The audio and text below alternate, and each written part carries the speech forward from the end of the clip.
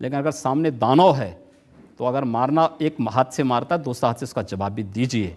जैसे को तैसा देने की तैयारी होनी ही चाहिए। सभी अपराधी और लुटेरे ढंग से कान खोलकर सुन लो।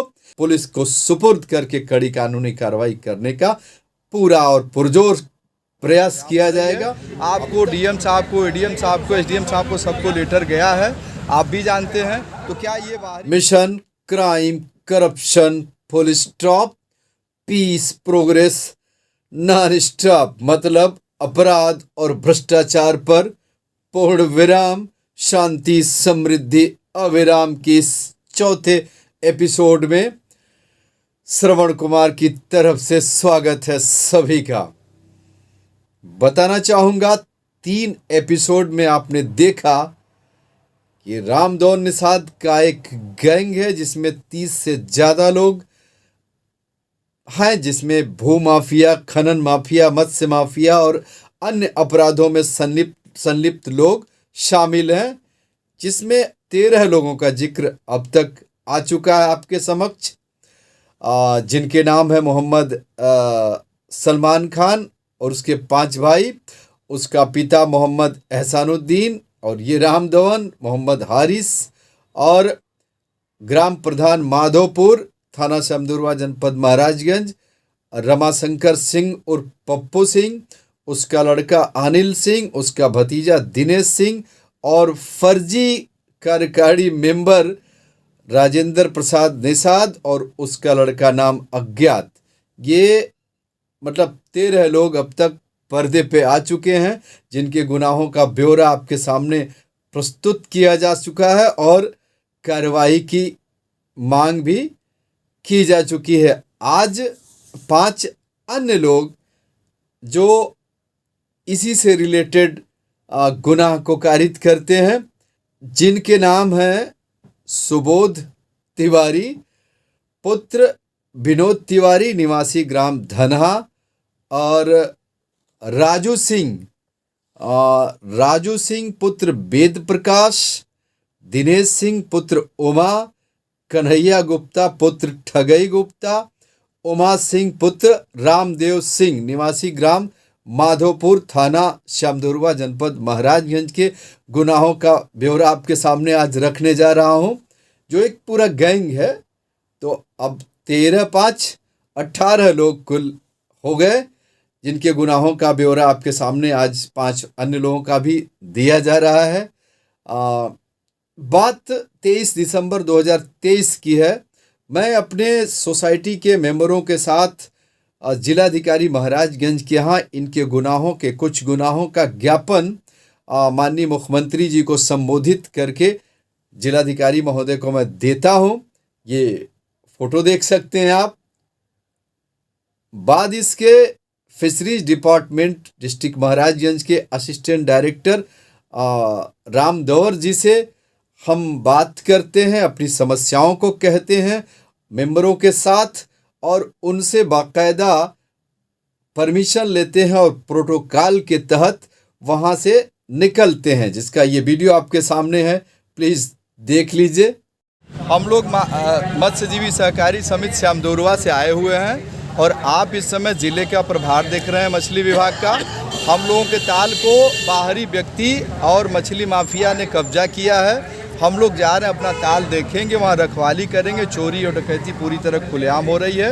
आपको डीएम साहब को, एडीएम साहब को, एसडीएम साहब को सबको लेटर गया है, आप भी जानते हैं। तो क्या ये बाहरी व्यक्तियों से कब्जा मुक्त होना चाहिए ना? हाँ जी। तो इसे और कुछ बाहरी व्यक्तियों ने जो मछली लूटा है उसके खिलाफ कार्रवाई की अपील करने आए हैं, और आज हम लोग ताल पे जाके वहीं बनाएंगे, खाएंगे, वहाँ से रखवाली करना शुरू करेंगे शांतिपूर्वक। ठीक है। कोई अशांति फैलाता है तो आपके ऊपर निवेदन करता हूँ कि जिम्मेदारी इसे देखेंगे। ठीक है। परसों सीडीओ साहब ने भी निर्देश दिया आपको। ठीक है। अपने क्राइटेरिया के ताल ग्राम सभा धनहा लखीमा माधोपुर स्थित, जो लगभग 18 हेक्टेयर में है, 40 से 50 एकड़ में फैला हुआ है, वहाँ हम सब पहुँचते हैं और वहाँ का नज़ारा ये देख लीजिए, आपके सामने है।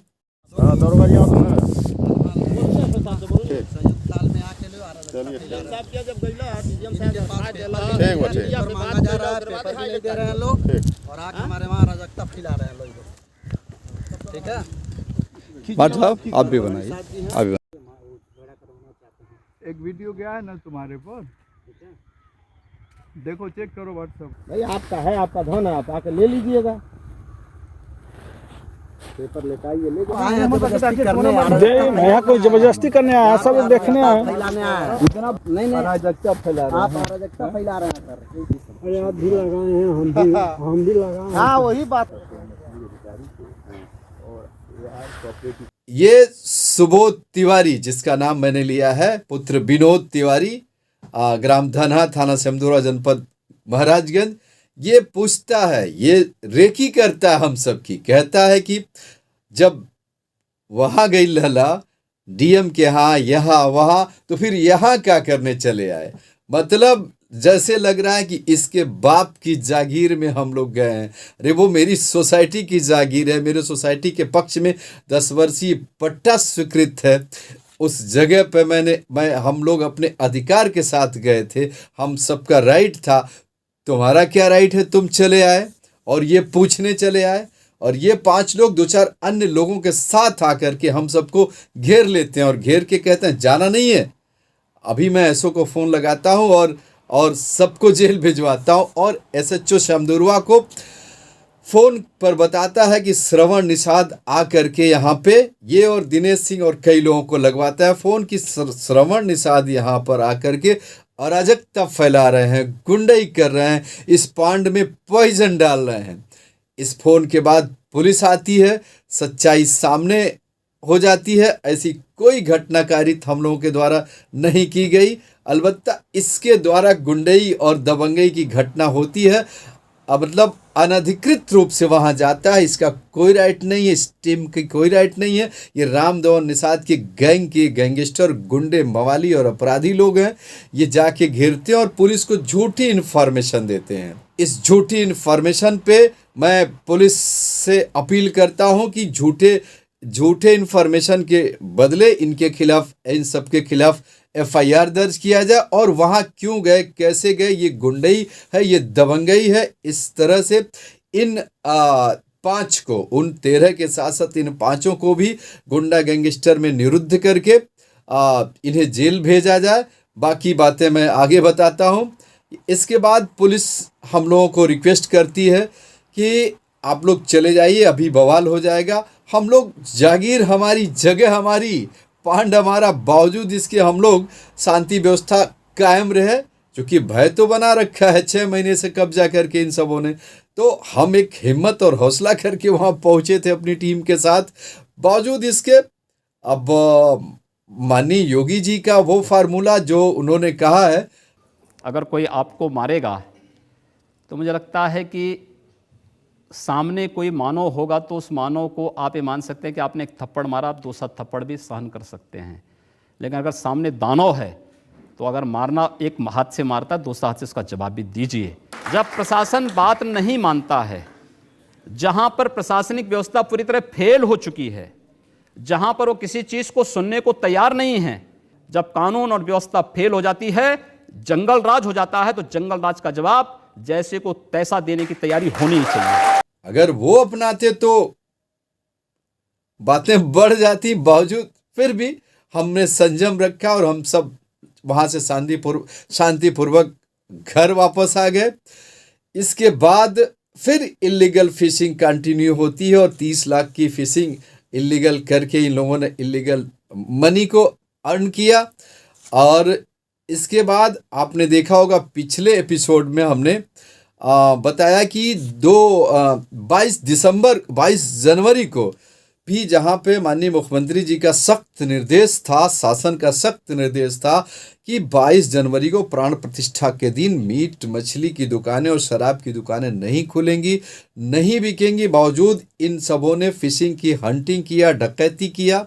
और आज दोपहर बाद, मतलब आज 28 जनवरी को भी इस टीम ने, इस जो रामदेव निषाद की टीम है, पप्पू सिंह की टीम है, प्रधान माधोपुर की रमाशंकर सिंह की टीम है, ये ये पूरा नेट लगा करके, जाल लगा करके, और कम से कम 40 से 50 हज़ार की इलीगल फिशिंग किया है। ये भी जुर्म इनके खाते में जाता है। इस तरह से कुल मिला करके आप देख चुके हैं कि कंटिन्यू मतलब अपराध पर अपराध, और डर रंच मात्र का नहीं, न कानून से न कायदे से। तो इसलिए ऐसे अपराधियों जो बार बार सीआरपीसी आईपीसी की विभिन्न धाराओं में अपराध में मुकदमा दर्ज करने लायक हैबिचुअल अपराधी हैं, पेशेवर अपराधी हैं, इनके खिलाफ गुंडा गैंगस्टर एक्ट की कार्रवाई नितांत आवश्यक है। अन्य सुसंगत धाराओं में मुकदमा दर्ज कर इन्हें जेल भेजकर कड़ी दंडात्मक कानूनी कार्रवाई नितांत आवश्यक है, क्योंकि ये लोग और ये डकैती भी करते हैं, चोरी भी करते हैं, अपने साक्ष्य भी छिपाने का पूरा इंतजामात कर चुके हैं। क्योंकि ये ग्राम प्रधान रमाशंकर सिंह जो अपनी हेचरी और उद्योग खड़ा करके, हेचरी का फिशीज कारोबार का खड़ा करके चला रहा है 20-25 सालों से, वो इस ताल के ही मैंने बताया भी 2 एकड़ में ही वो अपना पांड बना करके और छिपाने का काम करते हैं। इसमें से फिशिंग करा के उसमें पलट लेता है, तो उस चोरी और डकैती के माल को छिपाने का भी काम करता है। बाद में कोई क्या कहेगा, हमारे पांड का है, तो इस तरह का भी कार्य करता है, साक्ष्य भी छिपाने का काम करता है। तो इसलिए आखिर में इस एपिसोड के मैं बात करना चाहूँगा कि जो गैंग पेशेवर अपराधी है वो ना तो the transfer of property act 1882 और ना तो रजिस्ट्रीकरण अधिनियम 1908 और ना तो Uttar Pradesh cooperative society act 1965, नियमावली 1968 और ना तो उत्तर प्रदेश राजस्व संहिता 2006, नियमावली 2016, इन किसी के भी सेक्शन रूल, सब रूल, किसी भी क्लास को बिल्कुल धता बताता है, नथिंग मानता है, कुछ नहीं मानता और सबका वायलेशन करता है। साथ ही साथ माननीय सुप्रीम कोर्ट के उस जजमेंट का जो हिंचलाल तिवारी बनाम कमला देवी एंड अदर्स के 25 जुलाई 2001 के जजमेंट जो उत्तर प्रदेश में आज शासनादेश बन चुका है, उसे नहीं मानता है। माननीय महामहिम उपराष्ट्रपति धनखड़ जी के भी निर्देश को नहीं मानता है। माननीय मुख्यमंत्री उत्तर प्रदेश सरकार के 2018 से अब तक बार बार लगातार कड़े निर्देशों और आदेशों का पालन नहीं करता है, उसकी बखिया धड़ल्ले से उधेड़ता है और उसका वायलेशन खुलेआम करता है। विगत 22 जनवरी के आदेश को भी नहीं मानता, उसकी भी धज्जियां उड़ाता है और समाज से भी नहीं डरता, सरकार से भी नहीं डरता, पुलिस से भी नहीं डरता, प्रशासन से भी नहीं डरता। ऐसे अपराधियों को मेरी खुली चुनौती है, आज मेरी खुली चुनौती है, क्योंकि उस मेरे अगले वीडियो को माधोपुर धनहा में घर घर देखा, इन तक भी पहुंचा, बावजूद आज की घटना ये कारित किए हैं। इसलिए माननीय योगी जी के इस कथन, लेकिन अगर सामने दानव है तो अगर मारना एक हाथ से मारता है, दूसरा हाथ से उसका जवाब भी दीजिए, से मैं पूरी तरह सहमत हूँ, पूरी तरह वास्ता रखना चाहता हूँ, ये कहते हुए कि सभी अपराधी और लुटेरे ढंग से कान खोलकर सुन लो कि अगर उस ताल पर आइंदा तुम जा करके गलत नियत से पहुंचे और चोरी और डकैती किए, तो तुम्हें मैं जनता से भी अपील करता हूं, अपने सोसाइटी के मेंबरों को भी प्रोत्साहित करता हूं, मैं खुद भी आ करके तुम्हें पकड़ के पुलिस के हवाले करेंगे और इस पकड़ और धर में अगर बल का भी प्रयोग करना पड़े तो वो खुलेआम किया जाएगा और तुम्हें पकड़ करके पुलिस को सुपुर्द करके कड़ी कानूनी कार्रवाई करने का पूरा और पुरजोर प्रयास किया जाएगा। अब तक मैं डरता था, क्योंकि इसी सलमान खान के बाप ने मुझे आरोप लगाया कि मैंने उसे बुरी तरह मारा है और इन्हीं सबों ने एक साजिश करके मुझे आरोप लगवाया है कि मैंने पुलिस वालों को भी पूरी तरह मारा है और वो जान बचा के किसी तरह से भागे हैं।